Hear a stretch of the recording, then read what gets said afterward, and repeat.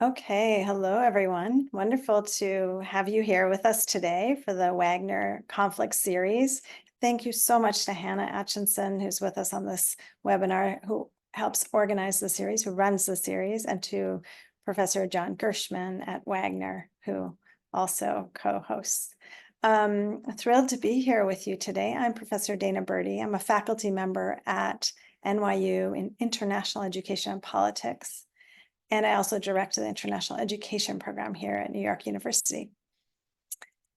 I'm thrilled to have our speaker with us here today, Dr. Sibghatullah Ghaznawi.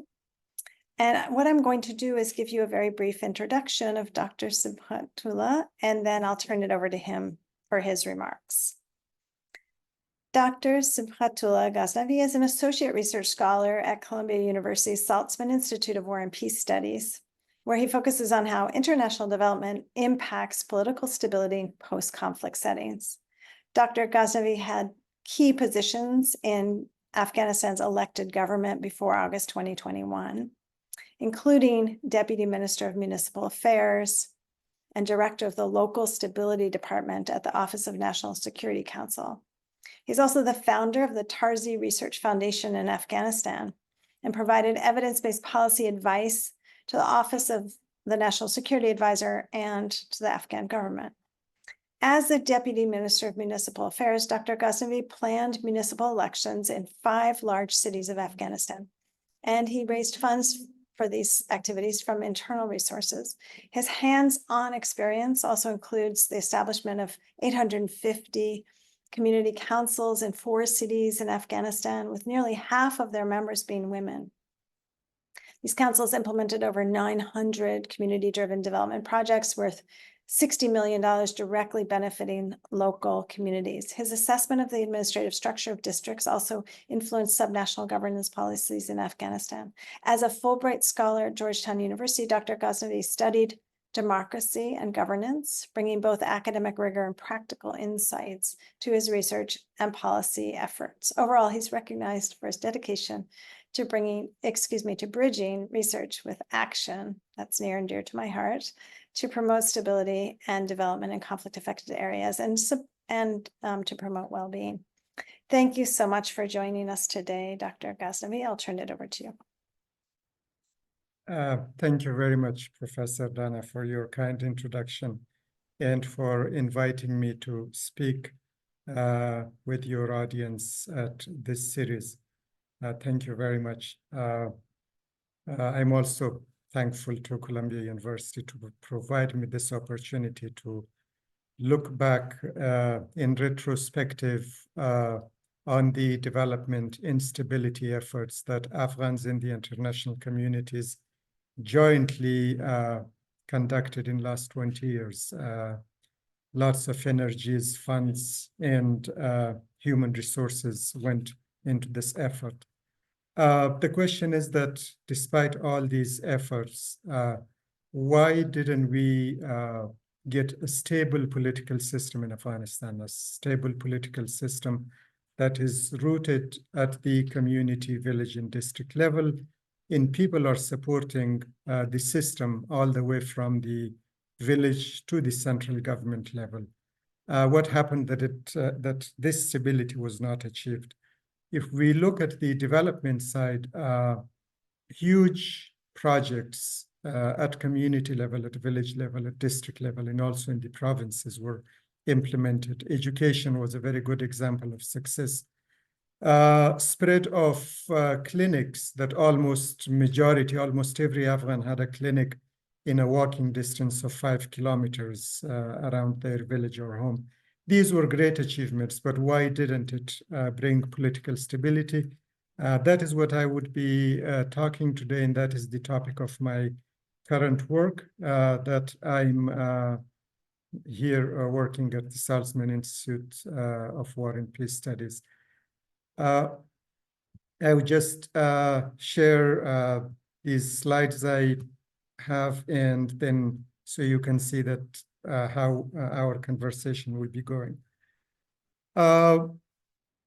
When I look back at what were issues, so I see 2 sets of issues. One are issues that everybody is speaking about. A lot has been written about it in the media reports, in journalistic, and also in academic writings. The issues that we see, that there were issues of corruption, there were issues of these warlords in power and things like that. And there are also some issues which are not written much about, at least in the case of Afghanistan.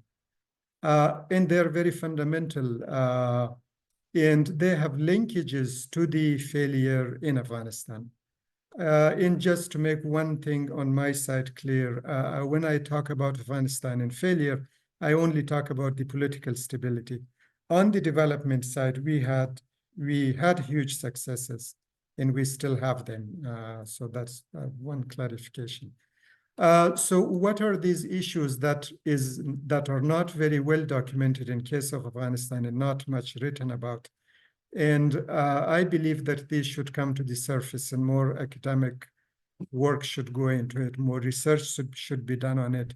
And I believe it will be helpful in future stability and international development assistance to bring stability into countries that need it. So first issue, how did the international development assistance evolve over the last 100 or 70 years? How did it started in the later stage of the colonial period, and how it transitioned after the Second World War into the international development assistance? So this is one area that has linkages to the political stability of Afghanistan. The second bigger issue is the disconnection between the national agenda of the Afghan political parties or political groups who are in power, or at least on the side of democracy. I would leave the opposition militant groups out of this conversation because they were not part of the effort that we were putting on the ground jointly with the international community. So the disconnection is mainly talking about the Afghan government and the Afghan actors and the international community and how was their stability agenda. In the last one is the lack of coordination. In the lack of coordination, I talk more about the surface issues and some fundamental issues on the international community side that were there lack of coordination issues which made political stability very difficult. When we look to the history of colonial development projects, we find documents on the early conversations of the British Parliament and the discussions that took place in the French polity in Paris in just before the Second World War and after First World War. During these 20-25 years, a lot of conversations amongst the politicians started in London and Paris about the development of their colonies. These conversations are very interesting in the politics of it, or it is interesting. And somehow it is unfortunate that it has transitioned or has been influencing the later on development assistance without people actually addressing this challenge. So challenge of the politics is that the parliaments in London and Paris are clearly in very politically wrong language, are talking about creating jobs for colonial officers and finding markets for the colonial productions. When you see those debates taking place in Parliament, the language is actually in some places even disturbing. The N-word is used by some parliamentarians in London that they are not supporting sending money to those countries. And the economic part is more related again to creation jobs for the colonial officers in finding markets. And based on that, then colonial acts of 1920s and colonial development acts of 1930s and 40s, there are 4 or 5 acts, and a few million pounds have been given to those projects. The second thing that's interesting and relevant is the separation of development initiative under the Colonial Acts and political and administrative institutional reforms. This is a very interesting part. The reason is that in the later stage of colonial acts, colonial development acts, these two issues are not referred to because the colonial occupation of the previous 100 years means before the colonial development acts were introduced into the parliament in 1920s and 30s. The previous 100 years has already shaped the political and administrative institutions in the colonies. And people, native people of the colonies already know that those are two areas that they cannot change. Those are in the hands of the direct rule of the colonial powers. So all the native people are left with requests. They only request development projects in agriculture, education, and health. And they are not touching any political reforms.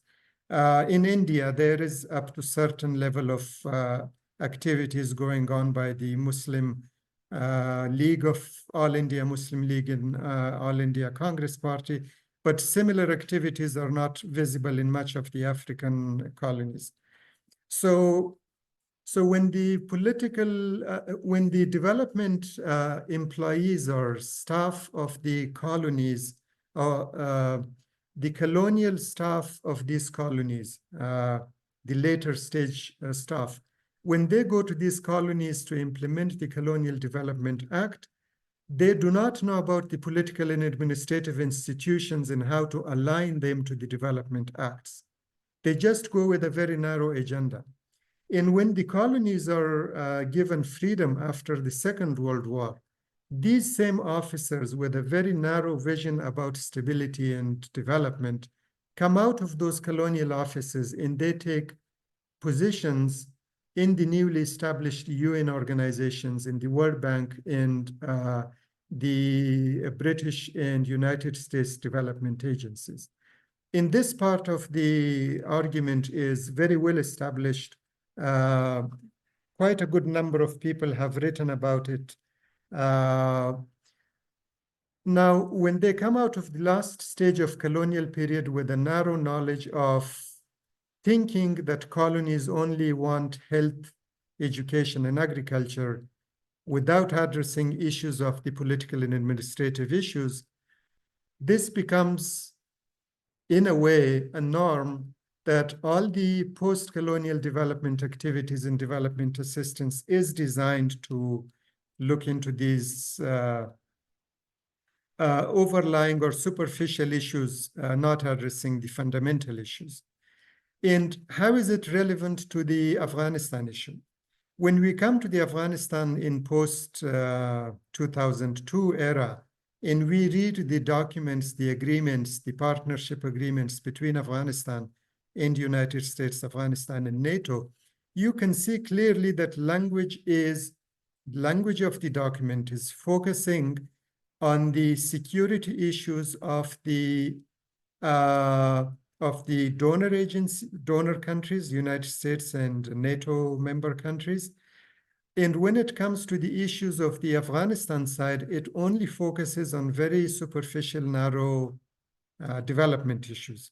Health is mentioned in these documents, education is mentioned in these documents, very small references there to the infrastructure and small reference to the local governance and governance reforms. Example of these documents would be the 2005 document, the strategic partnership document signed by President Karzai and former President Bush, and then a follow-up document of 2012, again, a strategic partnership document.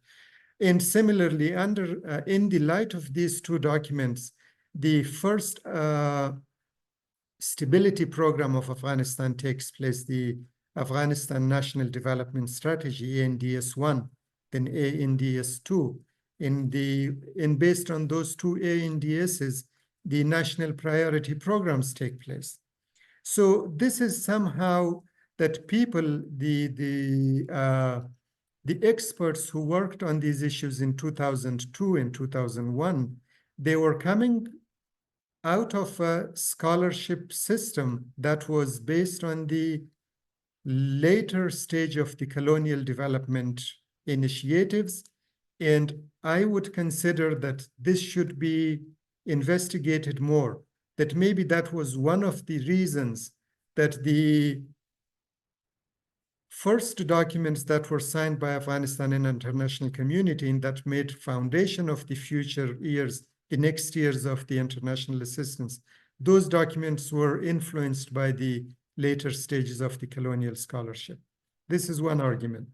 Another one is that when you look to the project in program documents, these hundreds of programs and projects that were funded by United States and US aid and UK aid and other European countries, when you look to their documents, again, they look to very superficial issues.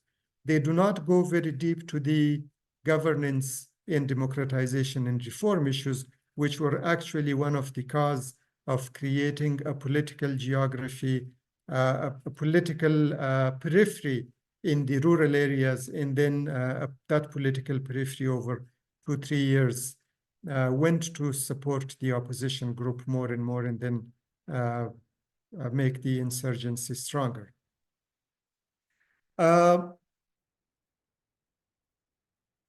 The next thing, the disconnection between the national agenda on the Afghan side and the international agenda on stability. Again, I will refer to those documents in which, in the agreements like the 2005 strategic partnership, a huge part of the document is given to the counter-narcotics and counter-insurgency responsibilities of the Afghan government. You do not see very clearly that what would be responsibility of the international community, except it talks a few sentences about health and education. Apart from this, we can also group these issues into two groups: issues on the Afghan government side and issues on the international community side.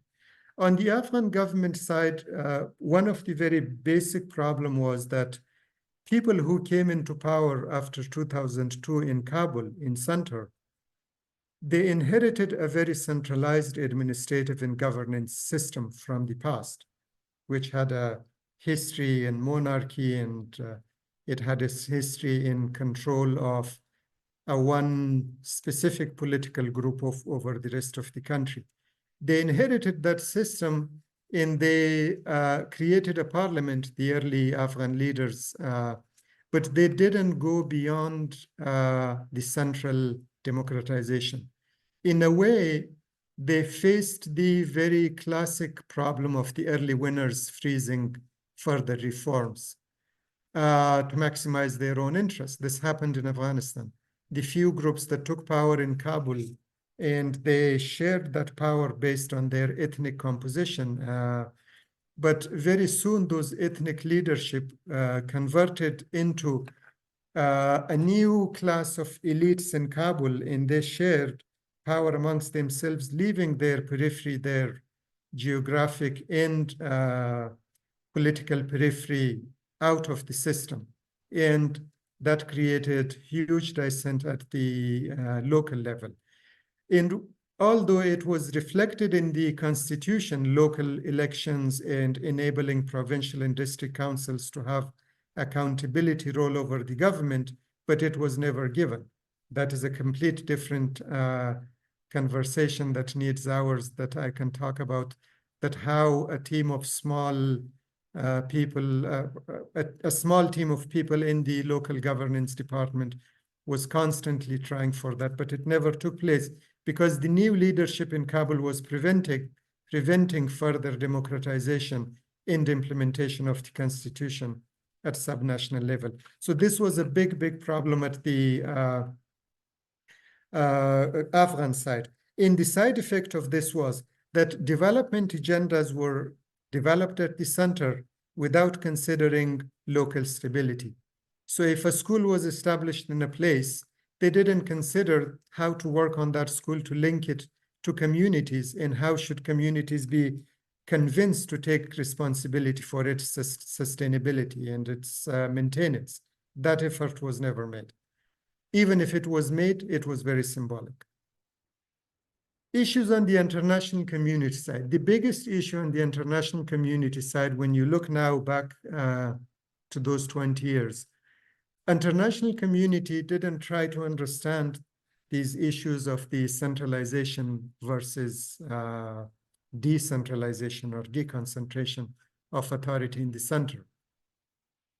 When we talk about the example, there was a huge project funded by United States, Canada, and European countries. It was for the support of local governance. It was called ASGP, Afghanistan Subnational Governance Program. It was implemented by United Nations, UNDP, United Nations Development Program.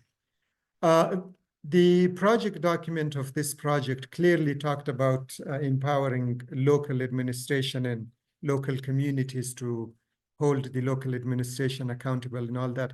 But when it came to the implementation, it was implemented completely according to the will of the central ministries. The local voice was not reflected because I was part of that implementation effort. That was a big challenge. So that is just an example that how did international community did not understand, or did not try to understand the issues on the Afghan side. Another problem was that international community on many instances overlooked science. In this, I always give example of the election system, the first past the post single non-transferable voting system not working in ethnically diverse societies like Afghanistan. And then the issues of the district, electoral district magnitude at the provincial level, considering one province as one electorate constituency, all these problems. Actually, a huge amount of science from Afghanistan existed that this system will not work, all the way from 2003 until 2020. Several reports, academic reports are written about this, that how should be this system evolved and reformed. But international community continued to push the same system and fund the same system without asking the Afghan government to bring reforms to the system. Another one is monopoly of violence. Now, for legitimacy of any government in post-conflict situation, first thing that should go to the national agencies is monopoly of violence. It existed, but so many other agencies were there in Afghanistan continuing to exert violence, and that no attention was paid to that part. And that also undermined legitimacy of the Afghan government and supported agenda of the destabilizing agenda of the insurgents. So this science is important in post-conflict situation. This conqueror's attitude, I think I already talked about. This language is very visible in the partnership agreements in the ANDS, Afghanistan National Development Strategy document, and many other documents.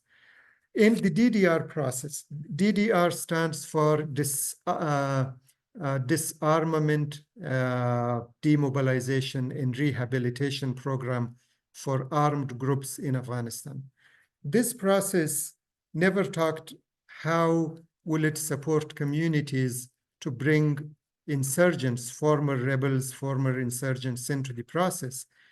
The thinking was that that group is defeated. So DDR first focused only on the former Mujahideen group, or the warlord groups who are already in control of administrative and political processes in Kabul. And that was one of the reasons that the DDR of the disarmament and demobilization rehabilitation process didn't work, because the insurgents were considered, Taliban were considered to be defeated, and no focus was paid to disarmament of that group. Lack of coordination, I would consider this was another issue on the macro level. On the macro level, when we talk about it, it returns more to the donor level. At the micro level, how programs met each other, how we shared information on the working level, that was working very well. We had access, Afghans had access to all the embassies, embassies had access to our ministries, to our ministers, and tons of coordination meetings took place every week in Kabul and in provincial capitals. If anyone has worked in Afghanistan, they know how much mobility and sharing reports and meetings took place. But at the macro level, that who is doing what, that was a missing component. When you look to the documents of the ASGP, Afghanistan Subnational Governance Program, in document of the LGCD, Local Governance and Community Development Program, both were receiving funds from United States and European countries. One was implemented by a contracted company of USAID, another was implemented by United Nations Development Program, UNDP. When you look to their achievement reports, their progress reports, they're claiming achievements in the same province where both were implemented at the same time. I don't know where was the missing at the planning level, that who should do what where, and where should programs be synergetically coordinating and where they should not overlap at all. That, when you look back to those documents, you see that part missing. Another macro level coordination that didn't take place was in international development.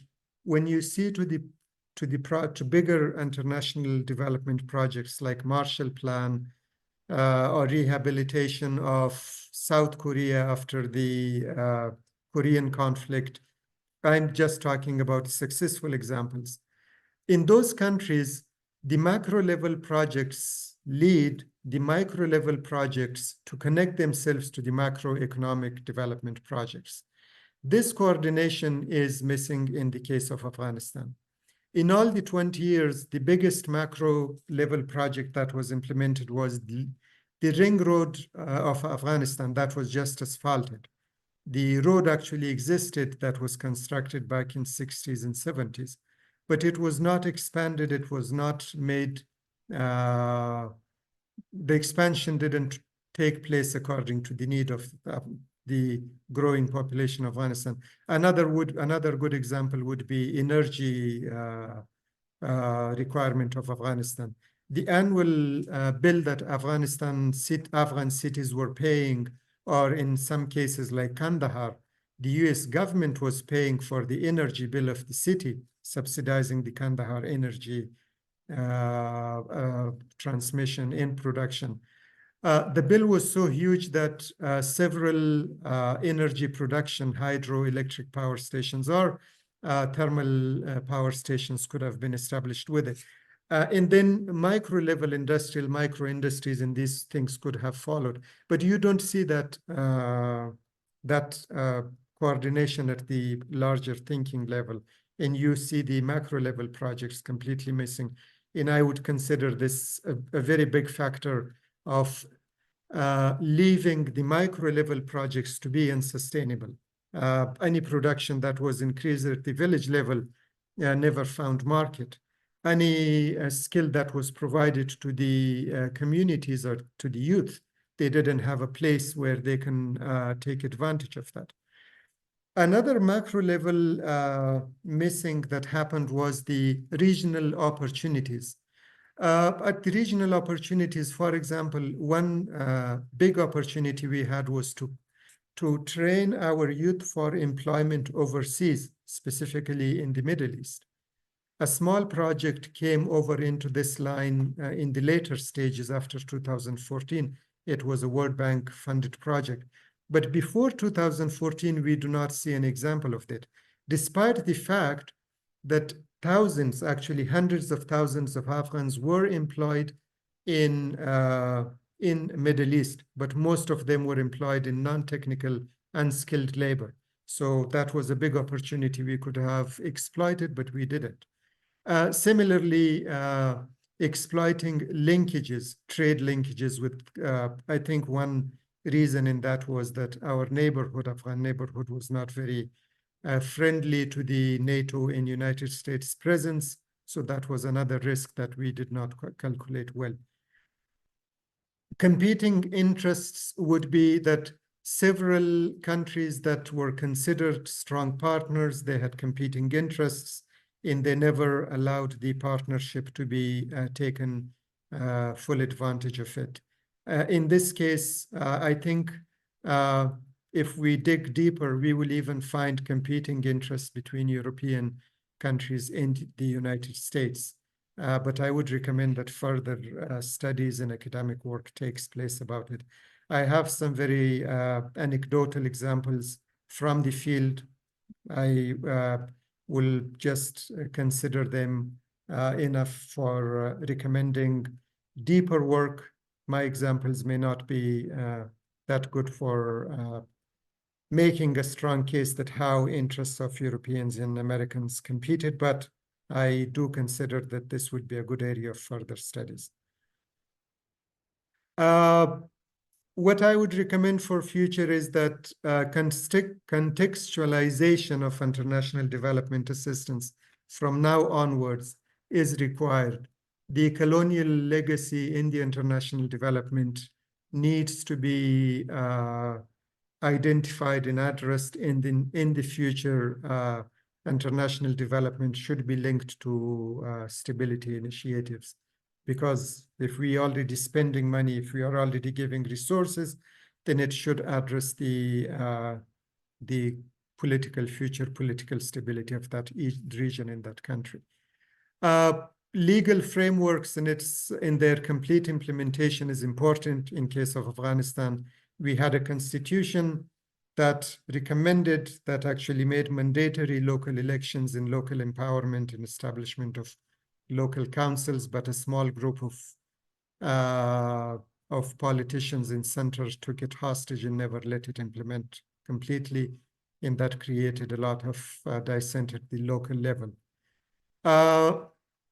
Science is important. International community should never overlook science in case of political stability and political initiatives. It should be used. Gut feelings, intelligence reports should always have secondary value in front of science. Again, in Afghanistan, role of intelligence community is a big topic, how they influence things, how they didn't allow the national and the international community to work as they should have. I do not have evidence, but I do have stories, which again should be an area that should be compared with science, and science should take precedence. Partnership spirit, when we talk about partnership with national governments, it should be reflected in documents. For example, when there are strategic documents or partnership documents, sections of responsibilities should be balanced. Who should do what part should be balanced. All responsibility should not go to the national government and national groups. Planning and budgeting should take place jointly. In case of Afghanistan, planning and budgeting took place in the donor countries' capitals. And that's why the counterinsurgency and counter-narcotics agendas were always on the top. Political stability and political integration projects were not on the top. Even if they were on the top, they only included people who were already in Kabul, didn't include people who were fighting against the government. And last, I would say that whenever we talk about international development and international political and stability reform support, political reform, mainstreaming political stability should be considered on all stages, from the planning to the implementation. And it should be according to the context. And a lot of research should take place on this topic. At this, I would stop my discussion on this topic, and will welcome questions. Thank you very much.